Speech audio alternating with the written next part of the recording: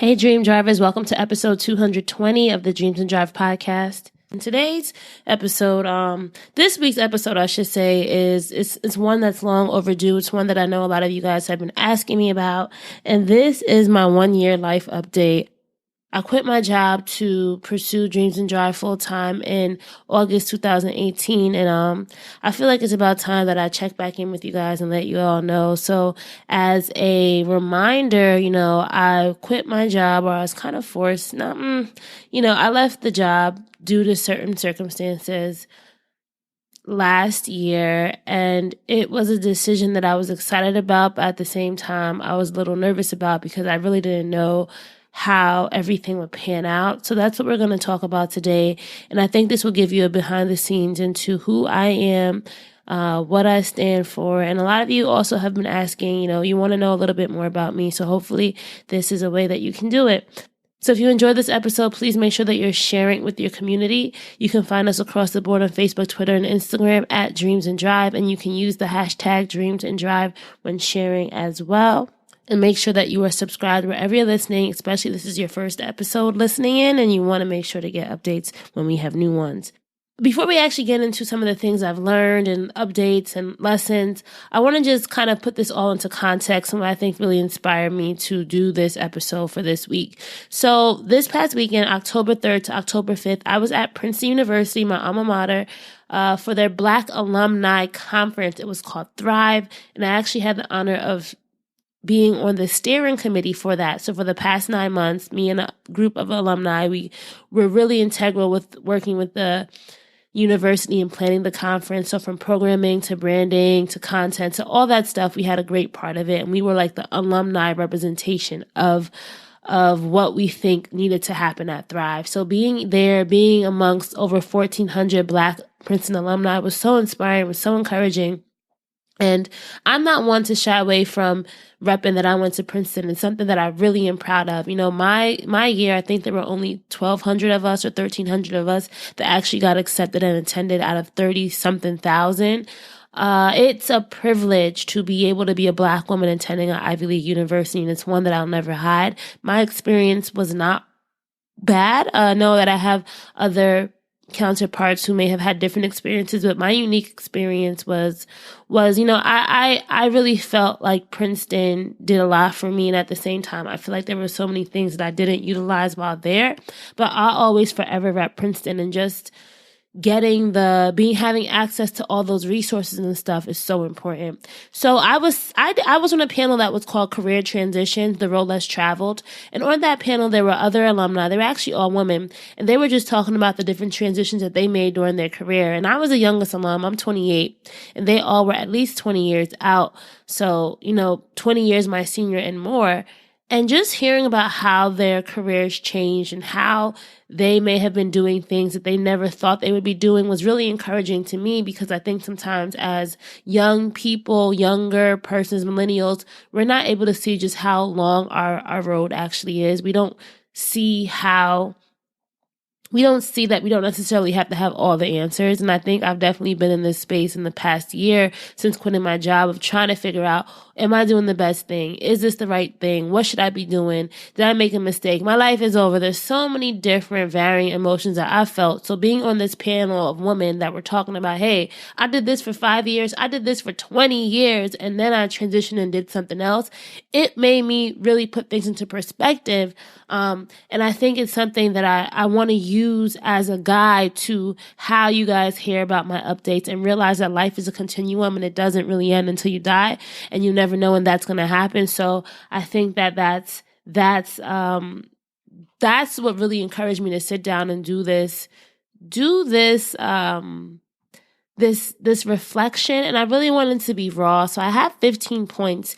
I don't want to take up too much of your time, but I have 15 points that I want to share. And these are things that I've learned since quitting my job. And I'll try to share some context with you so that you'll understand why it's so important. So I think the first one is I don't regret it. number one, I don't regret it. A year later, I don't regret quitting my job. I think in the moment, I wondered if it was the right thing, but I realized I never looked back. I never longed to be back at that particular job. I learned so much there, and I'm forever grateful for all the people and relationships and experience, but it wasn't like I was sitting here at home craving for, my desk job again.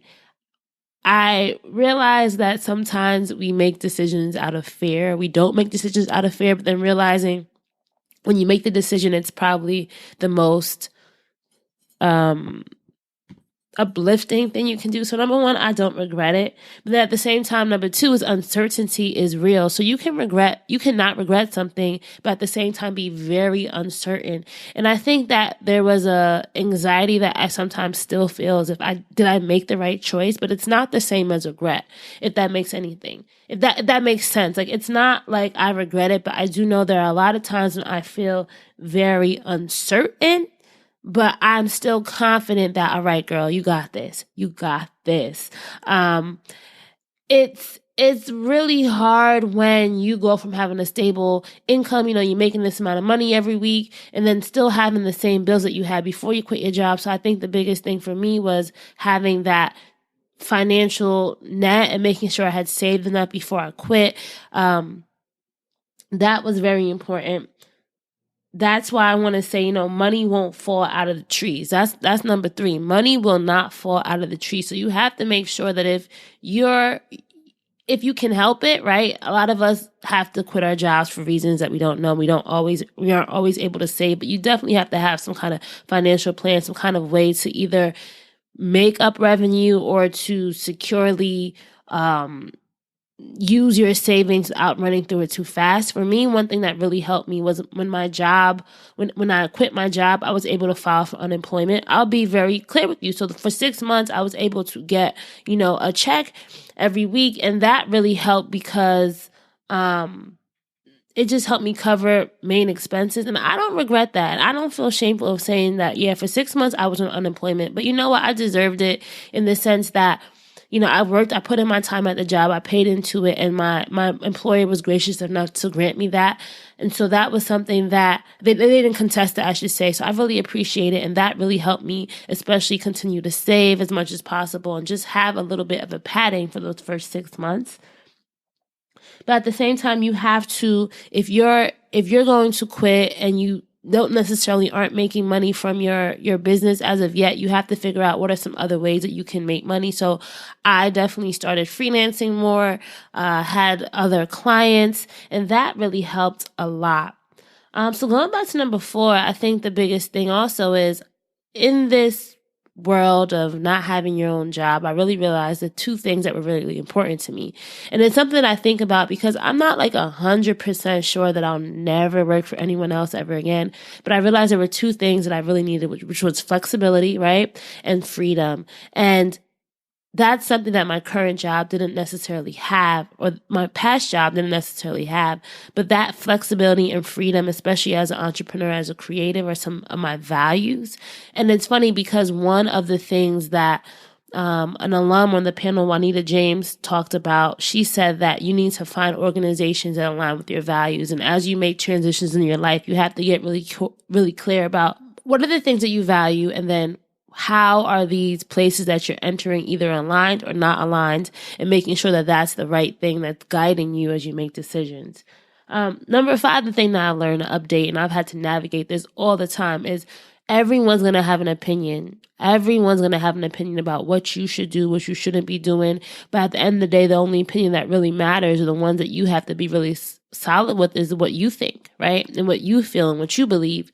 So a lot of times, my parents still every day they're telling me to go back to business school. It turned from being excited about me quitting to them being worried. And I've always had to really remember that they love me. They just want me to be secure and happy. But at the same time, I have to be confident in what I am.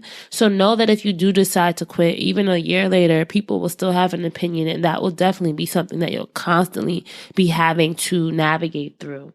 Another thing, number 6, is the journey is long.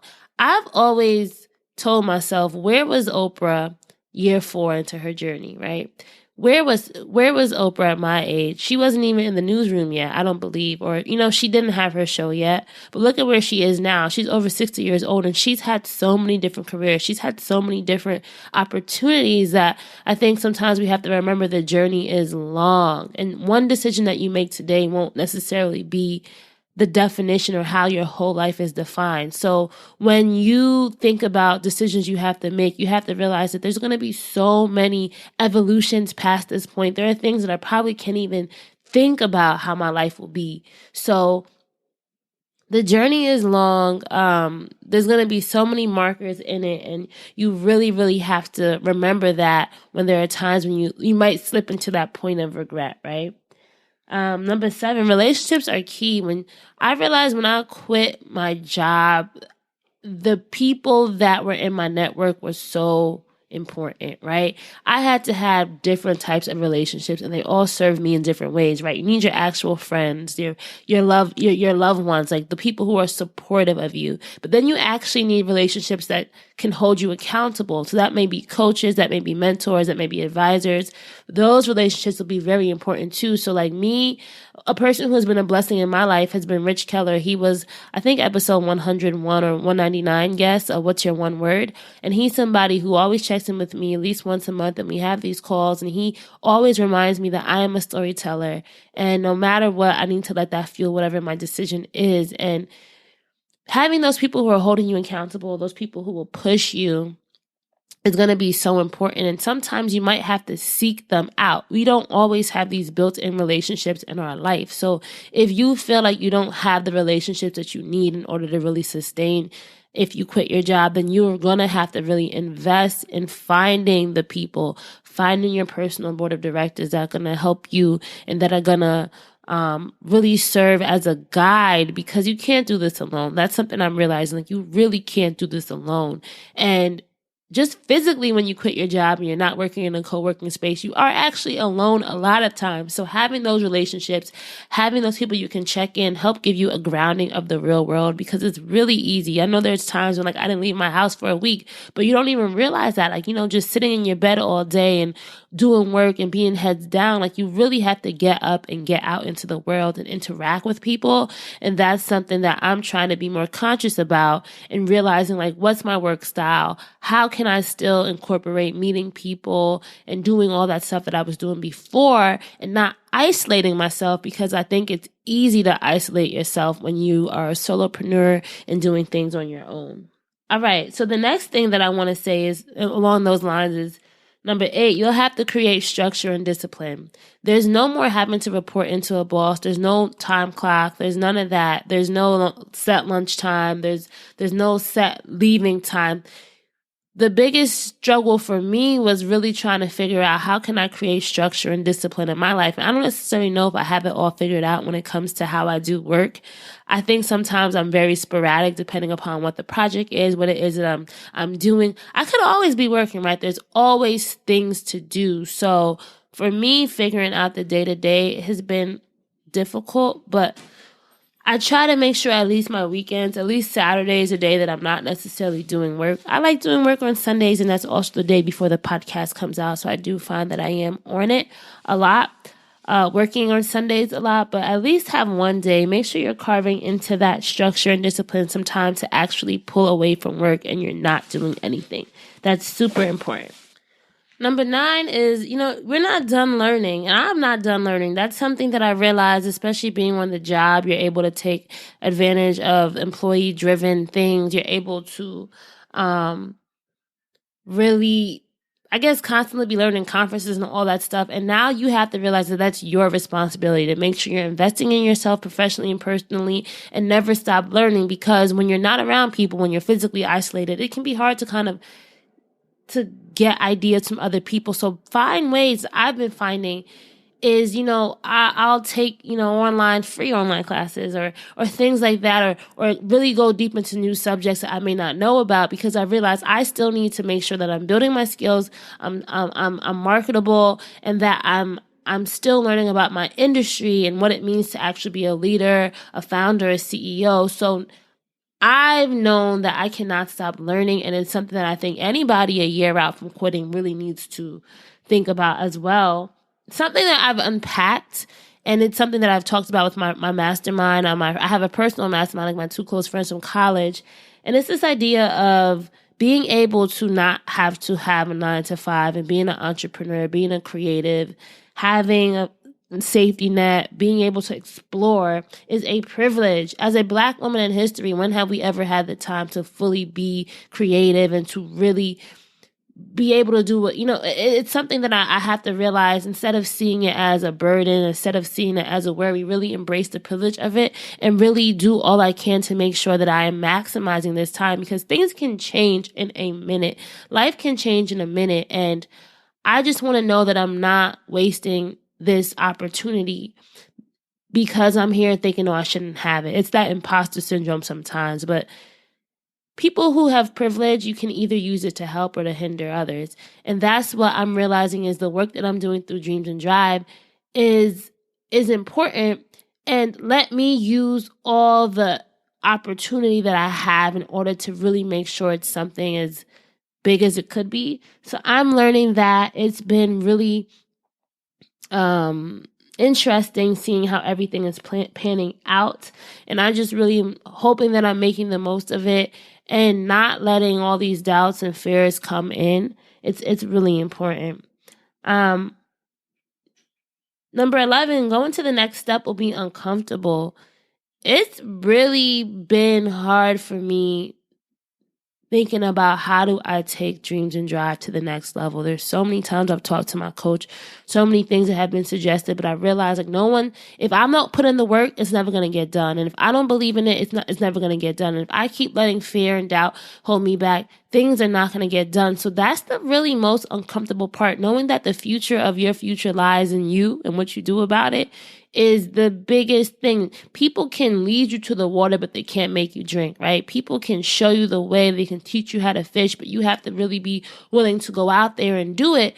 And just that very step for me has been something that I've been trying to figure out, realizing that, maybe to grow, money will have to be spent. And I've always been someone who's been very tight on money, very tight on a budget, thinking about how much can I do for free, but realizing, you can't always do that. If you really want this to grow, you're going to have to start putting more money, building a team, realizing you can't do everything by yourself, letting go of control. And those are all things that have been hard for me, but it's things that I'm trying to work through, because I do want this to be something. I know when I started Dreams and Drive, I had this big dream for it. And I would hate to see in 20 years that nothing ever happened because I was still caught in my own head, Scaling is going to be hard as well, but it's going to be uncomfortable. Embracing that uncomfortable is something that I'm realizing, like, I have to do it.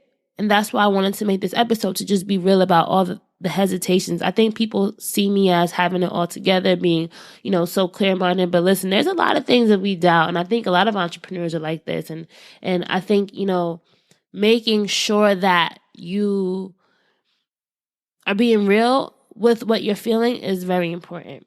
12, embracing new opportunities. There's so many things that I've done, random things, random projects people have called me for. Right now, as you guys know, I'm at the end of producing a live show for Nikhila Matthews Okome of Side Hustle Pro podcast. And that was an opportunity that I didn't necessarily ask for, but it was pitched to me and it was told to me that this is something I should really think about doing. And I've learned so much in these past 3 months of planning this show.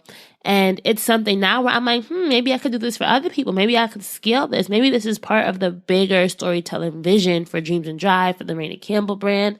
I know I probably wouldn't have been able to do this if I had a 9 to 5. And there are so many things that will come your way when you decide to take the leap. If you surrender to the air, you can ride it, as Toni Morrison said in her book, Song of Solomon. So don't be afraid to embrace new opportunities. And like even yesterday, I had someone reach out to me to ghostwrite a book.